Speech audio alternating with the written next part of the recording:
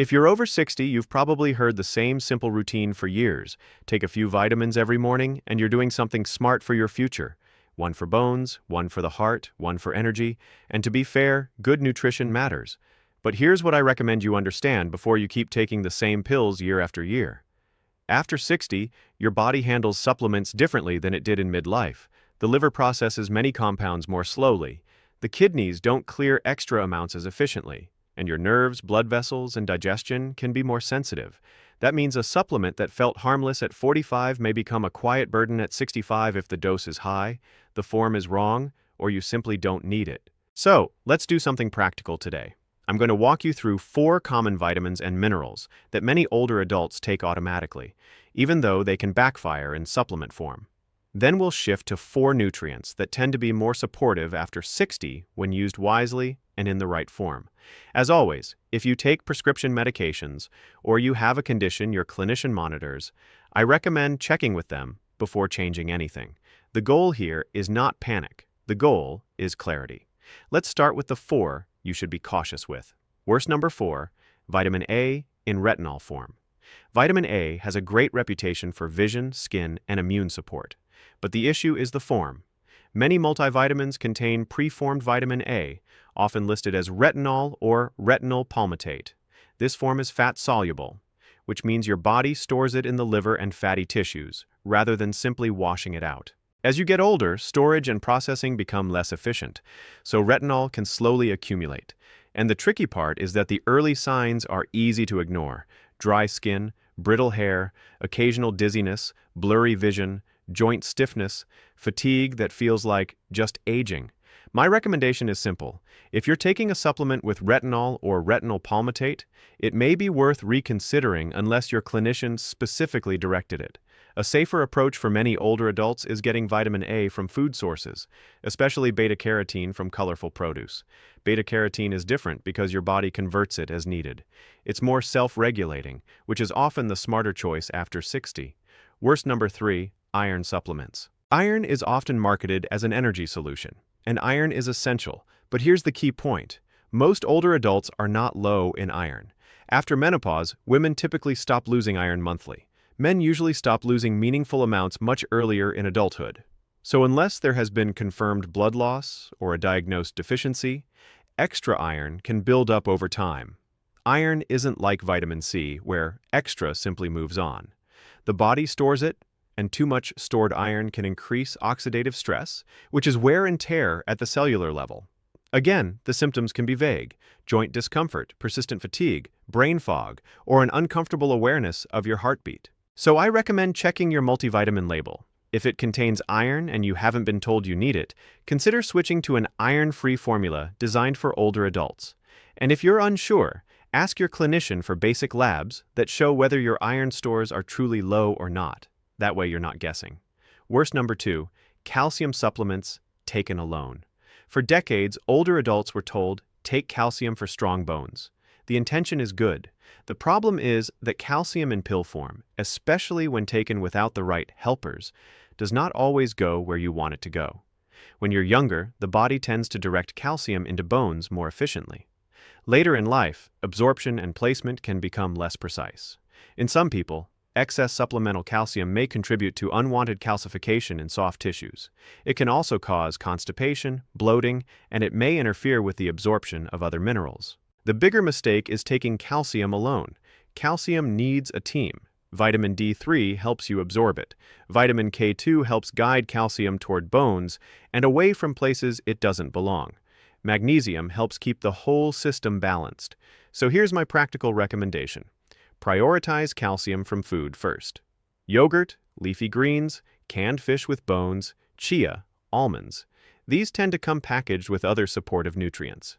If you truly need a supplement, it's wiser to think in terms of balance: D3, K2, magnesium, and the right amount of calcium based on your diet and labs, not a high-dose calcium pill as a standalone habit.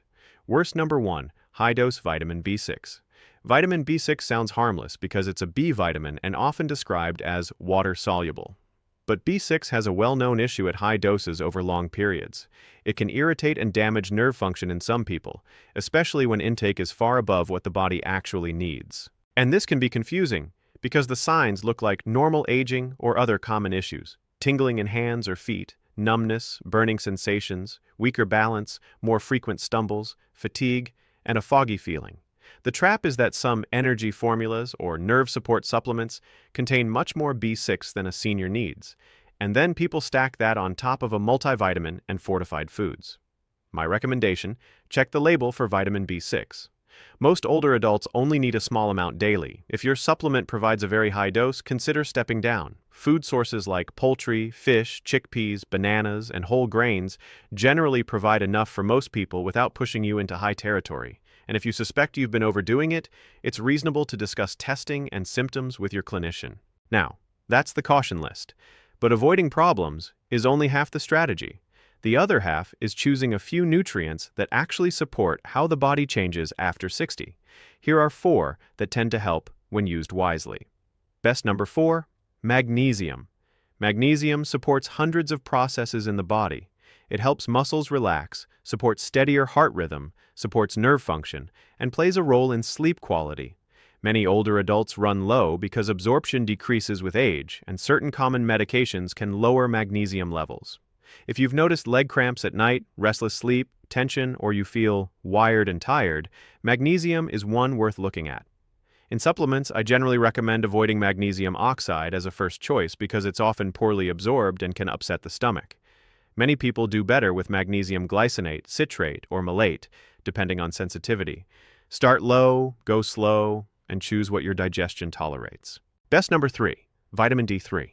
Vitamin D3 is not just a bone vitamin, it supports muscle function, immune balance, mood, and overall resilience. And after 60, the skin makes less vitamin D from sunlight. Combine that with more time indoors, and low levels become common. The best approach is to test if you can, because vitamin D is one of those nutrients where the right dose depends on your current blood level. In general, D3 is the preferred form over D2, and because it's fat-soluble, it's best taken with a meal that contains healthy fats. Best number 2, vitamin B12. B12 is one of the most important nutrients for the aging nervous system. It supports nerve signaling, red blood cell production, and mental clarity. The reason deficiency is common after 60 is simple. Stomach acid tends to decrease with age, and acid is needed to separate B12 from food. Certain common medications can also reduce absorption. If you feel unusually fatigued, mentally slower than your normal, or you notice tingling or balance issues, B12 is worth checking. Many older adults do well with sublingual forms because they bypass some digestive steps. The right form and dose can vary, so testing is helpful here too. Best number 1, omega-3 fatty acids, especially EPA and DHA. If I had to pick one nutrient that supports aging across multiple systems, omega-3s are high on the list. They support a healthier inflammatory response, which matters for joints, blood vessels, and brain health. They also support mood and cognitive function, and they tend to complement strength and mobility efforts. The best food strategy is fatty fish a couple of times per week: salmon, sardines, anchovies, mackerel. If you don't eat fish, algae-based omega-3 can be a solid alternative. If you use fish oil, I recommend choosing a quality product that's tested for purity and taking it with meals. So here's the simple takeaway. After 60, better health usually isn't about adding more pills. It's about removing the ones that don't fit your body anymore and choosing a small number that match how aging actually works, supporting absorption, balance, nerves, muscles, and inflammation. If you do one thing after this video, make it this: take 5 minutes tonight to read your labels. Look for retinol-based vitamin A, iron you may not need, standalone high-dose calcium, and very high B6. Then consider whether magnesium, D3, B12, and omega-3s make sense for you, ideally guided by basic testing and your personal situation. And if you want, tell me in the comments which label surprised you the most when you checked it.